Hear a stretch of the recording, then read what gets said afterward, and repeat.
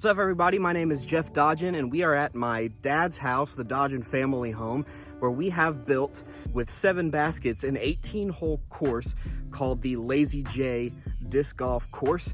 And today is our 2nd annual family of the J, we haven't given it a proper name, tournament. So I'm going to show you each hole breakdown. I'll try and show you our drives and our putts. We're a little short-handed this morning, so I don't have all the video that I'd like to get. I hope you guys enjoy our course, and I hope you get to come out here and play with us sometime. So enjoy. Hey guys, this is Jeff Dodgin, and I'm here with my brother Jack Dodgin to do some commentary for you. Just a couple extra things I didn't get to mention. The white fence is the neighbor's yard, which is out of bounds no matter where we are, so you want to stay within our yard. Also, the creek, it's been raining all morning, so the creek is running deep. As you can see, the water is brown. You don't want to get wet in the first place, but if you do end up in the creek, it's going to be hard to find it. Also, that's Cowboy, the dog, running around.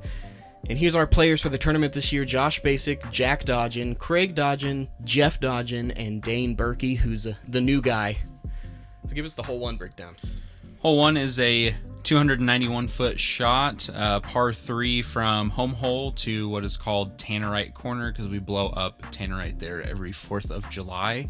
Home hole you'll see a little bit later, but pretty interesting shot. You want to go in between these 2 trees. They're kind of offset from each other. I know, Jeff, you like to go backhand here, right? Yeah, I try and go above the tree and the barn. The big issue that happens is people they either hit the tree above the barn and end up on top of the barn or behind it, or you hit the tree on the left and end up stuck over there. But on top of the barn you just pull the disc back and all of that, but that's a pretty rough shot. The leaves on those trees are like giant elephant ears. It's a big thwack sound and throws it to the ground. But here's the hole. This is where you want to finish out. Fun shot.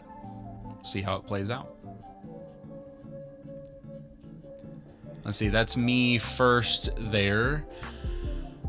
I can't remember if I went backhand or forehand. I think you went backhand, and you just barely caught the That's what it was. I think I went backhand zone because I had been doing a forehand turnover. It was too risky. There's your shot. I kind of baby it a little bit. I don't think I hit hardly anything. I hit the gap just perfectly. If I had the guts, I would have pushed it a little bit further. And short, but you've got an open up shot there. Not a bad place to be at all. Let's see. Is that Josh? Yeah. That's probably Josh. That would have been Josh. And as you can see, it got clipped by the leaves there. Sent it straight down. Here comes Pops. We're going in order of finish from last year's tournament. See, Pops just saws that one off. He's going to have a tricky shot behind the fence gate. That's not where you want to be. Dane is the rookie for this year. He didn't play with us last year. He's been playing, like 4 months by this time? Yeah. We don't have any of the upshots filmed, just putts to finish out. We'll have those scores up on screen. Everybody parred except for Pops and Dane. They both took bogeys there, but no birds on hole 1. You really want to get this par. Bonus birdie if you can get down there. Bogey's not so good. When this is in the long position, that basket's sitting down there in the creek where Cowboys run into down there, and bogey is very often the end result. Next hole here is from Tannerite, where we just were, to Joshua Tree. It's on the going this way, the left of this barn. Most people are going to go, I'm not sure about most. A lot of people go backhand hyzer over this. You want to get past that second tree that you're looking at right now. Basket's in there. Some people go forehand and try to smash it in, but then you're flirting with the out-of-bounds fence, so tough shot. And it's called Joshua Tree because of that tree is there, but also because Josh, who's playing with us, bought a basket, so that's... Josh purchased it, and it's also a U2 reference, so it's got layers. So there's your shot, pretty good. Wide it was shot a around the tree. Force. I tried to hyzer it in there pretty hard. I throw an onyx every time, and that one was one of my better backhands on this hole. Same thing. I pretty much cleared the trees above the barn there for once. See, this one should be Josh on the throw. Cuts it a little yeah, short. Saws it off. You saw it hit that leaf and just go straight down. There is very little give. And then I think, let's see. I think it should be Dane? Pops because they both bogeyed. Should be Pops on this throw. Pops does a forehand. He's the Goes only one. forehand. He turns it over. It's a zone, and that It's one past is the line. OB. It's in the neighbor's yard. I guess I didn't get Dane's drive. I don't know what happened. We there. didn't get Dane's drive. That's me tapping in for the bird. Had a really good tee shot. I'm not sure if we get Jeff's putt or not, but Jeff also took a bird here. And Pops and Josh both took fours. I don't remember. Yeah, I guess Josh had trouble getting around the barn for the upshot. Got stuck behind the tree and then had to thread it through and then finish out. So really tough. Hole 3 is from Joshua Tree. We slide over to the left and have a shot down here at Willow Creek. You can see me swinging my arms like an idiot and getting warmed up earlier in the day. We call it Willow Creek. There's a willow tree down there at the bottom. This is in the short position, but normally it's under that little willow tree there by the creek edge. Did you say how many feet that was? 244 is what this comes in at. Most people go forehand like that, but I think I put it a little high, and so it hyzered out pretty early. I'm the only one. I don't have much of a forehand, so I think this is me here. Buzz SS. And kinda, Buzz SS backhand Yeah. anhyzer. It used to be a Hades, but when it's in the short position, I dial it back to a Buzz SS. So there's your backhand. I cut it a little bit too much anhyzer, and I think it ends up too far to the right. Yeah, just under that tree. But not too bad here. You'll notice a theme with people shorting these shots here. Here's Dane. He's got a pretty strong forehand, but he sawed that one off. Yeah, and that tree Cut it that he inside. hit, the two trees that you see on the right have fruit on them, so they're even more sturdy. I mean, if you hit anything in there, your disc is going down. It's not cutting through at all. It's very thick in there. There's Josh, also another Very big heavy forehand nasty thrower. And I think he just makes, blasted that he one. makes that putt from there too. It's awesome. Yes, Josh is the only birdie on this hole. The other 4 of us, we all par it. Dad goes under the slide. Yeah, Pops had a good shot there, just turns it over a bit. Great birdie from Josh. Yep, there we go. All the rest of these you see sitting under the basket, those were just the layups. Getting ourselves there for the pars. Easy tap-ins here. Not too bad at all. You really want to get this as a bird, though. I've been way of the camera, and I just moved to a different spot in the camera. You really want to get this birdie, but, you know, par's all right. Nothing gained, nothing lost. Not too bad. Josh getting one back here, going back to even. All right, hole 4 is from Willow Creek down there. It's actually off to the side. It goes right up this gap to top of Pops, which is normally in the far corner of the house, right next to the fence line. So you've got OB road and neighbor yard. In the short position, it's behind that big bush right there that we're headed towards. It's top of Pops because Pops owns the house and it's at the top of his yard. So pretty straightforward there. I don't think I mentioned the feet here either. 341. And it's an uphill at the It is drive, uphill. so it's deceiving. It's slightly uphill the entire way. Really, yeah. So it's a little tough. There's Josh. That's about what you want to do. You want to hyzer, or you want to throw a destroyer kind of disc flat. And lower than you think. Flat and low, blast it, let it hit, and flare skip over. Most people, if they hit that shot, are still going to get caught behind the bush. It's really annoying. Great tee shot, and then a rough up shot still. This is me probably going Zeus, I imagine. I think so. Yeah. Zeus is my disc on this hole as well.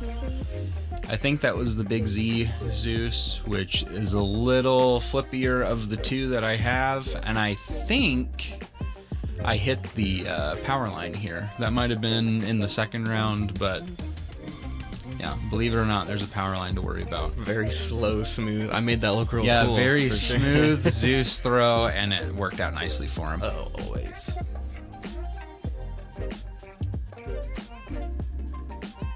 Dane not bad. He's getting a lot better with his backhands. Yeah, he is. He was far. exclusively forehand for the first couple months. And fun fact about Dane, he realized like a week before the tournament, he was gripping everything completely improperly. Oh, see, Dad went too far right. He hit that tree and went straight down. Yeah, that tree line is creek as well. Very dangerous.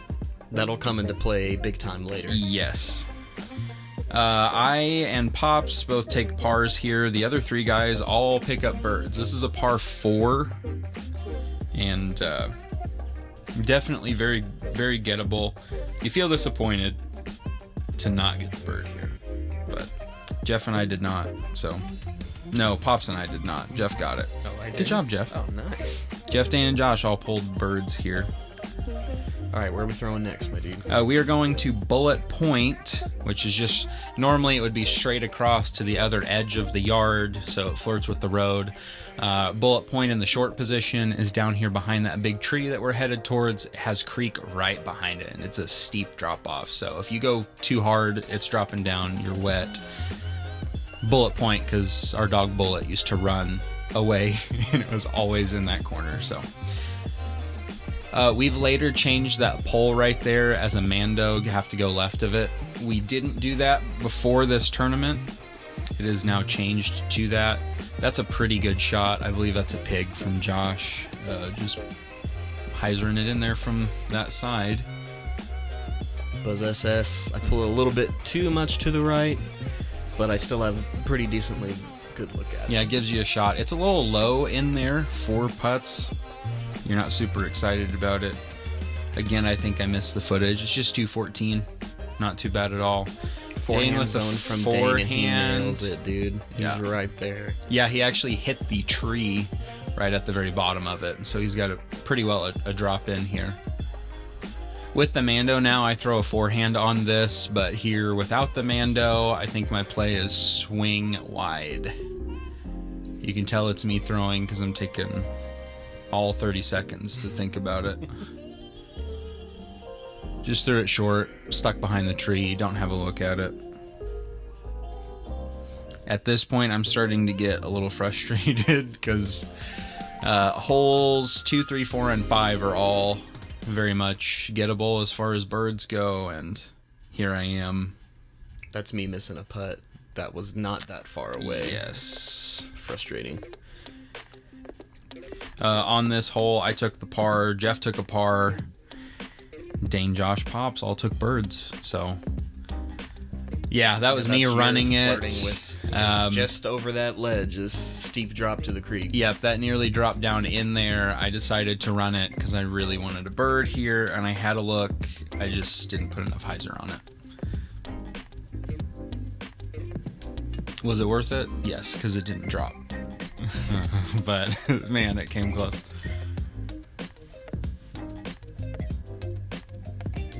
There we go, Dane working on his putts a lot, getting him to drop. Josh's pig throw, pretty nice, just right there. This basket's the only Prodigy basket we have out here. It does spit discs out. The chains are rather light, so you have to be very careful. Admittedly, you probably noticed all the other baskets, with the exception of one other at Top Pops, are orange. I think they're like $75 on Amazon and Yahi Tech or something like that. Yeah, and then Dad just welded better chains on. This hole is from Bullet Point. We throw from the top of that corner even when the basket's moved like that, and we're throwing back down to Joshua Tree here. So you want to split the tree there if you go high, or hit it low right through this gap. It's a par 3, 378 feet, but it is downhill the whole way until about here anyway. Then it's a little more flat. If you go too high hyzer, it'll crash down either onto the roof or hit somebody's car, which is not a big deal. We don't really care. But still, you don't want to do that if you can avoid it. And then, of course, you don't want to hit the tree on the right. So really, you want to hit that gap. That tree was split right down the middle in a past storm, so you kind of have a high gap. It'll eventually die, and that section will be completely wide open and change the hole. But in the short position, I don't believe the hole has ever been birdied. In the long position, I got it a month ago for the first time ever, and Josh got it once before too. Just an extremely difficult birdie shot for us. because if you go high, it's just not going to finish out that far. I think most people on this hole, if not all of us, just make it on the other side of the driveway, that we don't hit any cars or anything fun. Yeah, you just want to go backhand hyzer most of the time. I think Pops might do a forehand, but no, he goes backhand. He's done it in the past to try to get something to finish out. This was a Zeus hole for me until the Scorch came out, and then it became a Scorch hole for me. I don't know if that's what I throw there. Yeah, that's a pink Scorch. A lot of people hit that tree, and the common theme with the trees is very rarely do you fight through them. They're pretty thick, so if you hit it, it's probably dropping under it. Then you have to take a knee, and it gets rough. I believe I hit a tree here. Pretty sure I drilled this tree. I'm trying to go low and flat. I threw the wrong Zeus. This one's the flippy Zeus. Flipped it a little bit. Hits the tree, so it goes. I had a putter upshot from the tree. I blasted it past the basket here, but I'll save par. Dane pars, Pops pars, and then Josh and Jeff both take bogeys on this hole. Do I miss this putt? Is that why? Oh man, I hope not. I think I do, man. And this is what my putting was like, dude. Super frustrating round for me, man. Yeah, it was tough. I'm not sure why Josh is. I mean, I think he's putting off camera here. Yeah, there you go. That's why he took a bogey as well. Josh was kind of going. He's a spin putter and spins pretty hard, but he was a little more cautious with it, and I think he was kind of stuck in between spins and pushes, and that really cost him. That one almost bounced out too. Next hole goes to home hole. It's in the other position. The basket's just right under the tree. It is an ace run there. But here, it's 196, but it's back behind this big tree, up on a platform, a couple cinder blocks or something like that. You can go low right through this gap with a backhand, putter or mid-range, something like that. A lot of people throw zones or zone equivalents in this spot. You can also hyzer around the right side and just try to drop it in because it opens up there, right where the basket's at. So you just want to watch for dogs and people hanging out on the back porch, pretty much, or swimming in the pool in the summertime. Pool, by the way, we haven't said it's not a hazard. It's not a stroke penalty or anything. You just fish it out, pull it out, and play from there. I barely got Dane's drive there, but I don't think it was very bad. Forehanded a zone, which is tricky. You kind of gotta forehand flex it if you're gonna forehand. There's my rainbow bag and frame there. Dad throws his zone here, and I'm pretty sure he's gonna get some pretty good lie. Yeah, it gets a good little skip under there. The tree prevents. I mean, it was muddy this day, so things are a little slick. Things don't always skip, but because of the tree coverage, there's no grass. It's basically just mud or dirt, and so you get good skips under there. If it's me, it's a Buzz SS coming, I think. That was me. That's my zone, and I pulled it. I didn't pull it out wide enough like I wanted to. So it's going to be a little pinched off now.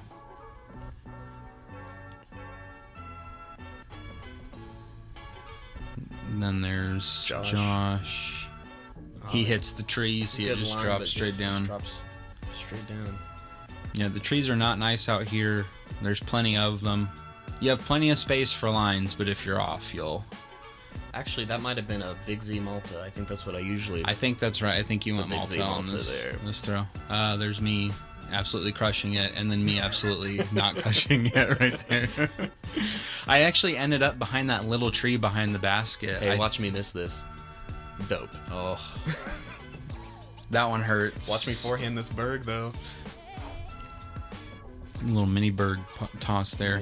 Here is Pops. This is from his tee shot. He's the only bird on this hole. Everybody else parred it. Dane and I have to work for ours. We missed our upshots pretty bad, and so he's behind me, I believe, but He wasn't sure what to do, so I showed him the line. He didn't take it with me. But you're going to see me, I line up. The branches are so annoying, I actually end up taking a knee and almost drill the top of the cage here. But we get it. Drops in, and I'm very thankful just to walk away with a par. You kind of do a little leprechaun jump there when you go to get your disc. Here's Dane. He decides not to do the knee thing, but he gets it in there, just hyzers it right Puts through. it like a man. All right, next hole. Next hole is going to Amen Corner. This is the first time we've been out there. It's straight ahead of us where Jeff is walking. It's a 350-foot shot. Again, you have to go through these trees and deal with the burn pile right in the center. Just to the right of the basket is another pile of trees and junk and all that crap. That last post there that we just passed by, if you go beyond that to the neighbor's yard, you're inbounds. To the left of the basket is creek. So there's lots of out of bounds potential. There's lots of get knocked by the tree right there. See Pops turning his shot over. Which is the same place he went for the Tannerite shot, so that's frustrating. Yep. It's still salvageable from there. This is a par. Look at this, man. This unintended forehand roller from Dane. That happens a lot with him. This is a par 4, so this is one where you really want... You can absolutely get there in 2 and put the bird in. It's a good test for me. Looks like it's going to be a really good Oh, shot. is that me running up? Yep.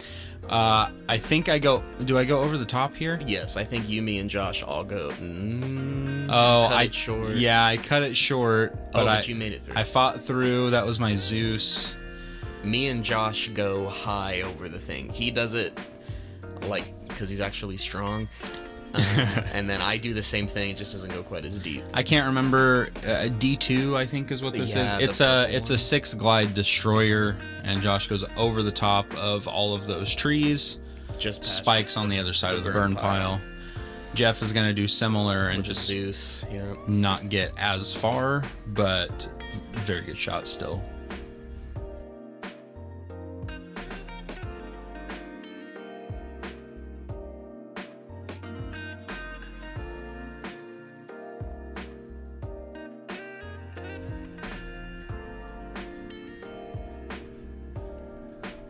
This is probably me since it's taking so long. Oh no, it was somebody buried in the trees. It might have been me, man. It's rough in there. I think I do 2 Zeus high hyzer shots, and sometimes I end up right where I need to be, and sometimes I'm in the thick of it. I think this is me. See, my pink PA1 comes through. Yeah, there we go. Nailed it. That looked like, it could have been 50 feet for all we know. I think it was just a 15, 20 footer or something like that. I was the only bird on this one. Everybody else took the 4s. That one should have... Was that you? That's Dane, I think. That one should have gone in for the bird. Josh is struggling. He missed his bird there. That's 2 now that he's had yanked a little bit, and starting to hurt him. You can see Dane with a little frustration there, the double hand drop. Hey, listen, man, he puts us out of the game. Me and Josh are usually way better putters than this, and he and I just couldn't hang. Next one here, that line you can see, that's where we're throwing from, 353 feet to Willow Creek. So all of that tree line you see there to the right is creek. The trees might stop you, but it's just creek all the way through there, running down. You can go left side of this tree, try to hit the gap and be in the open. This is pretty open as well. That's not creek down there in that little spot. Yeah, right here, it's all just downhill land. So if you land there, you are dry, but then you have to break through another wall you have of a trees. bunch of wall of trees there, so you want to try to flip it over. That's me going forehand Zeus. I think You go wide left. You go around the left tree. I don't know if you meant to do that. I did. I did. I want to avoid the creek as much as possible. This is also a par. Dane cuts in front of Pops there. The disrespect. Pops is not happy with that. I absolutely wanted to avoid creek, so I just swing it out. It's a par 4. Dad Pops goes is going low gap and trying to will it into existence. Didn't happen. And then he's telling Dane, Yeah, I was gonna say, he's don't walk in front of me. giving someone the business. This is Dane. This is Dane now. The jet engine. But it's wobbly. High and wobbly, dude. High and wobbly. At 353, More though like it is uphill though too, so it's a little further than that. But it is possible for Dane and Josh to get there with four hands, believe it or not. But if you're wobbly, you're wet.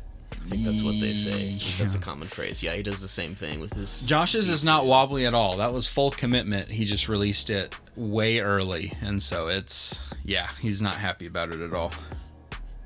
I don't think... I usually do a Anheuser Hades, which is exactly what I'm going to do here, and I can't remember if that works out for me or not. Yeah, it stays in bounds, which you're not upset about. Nobody's upset about that. And especially after watching Josh and Dane's throws, you're like, well, that's all right. I'll take it. Oh, I think we see the tragic... Josh was wet, if I remember correctly. He did go out of bounds. Got a good upshot. Gave him a look at the par. This is the par shot right here from him.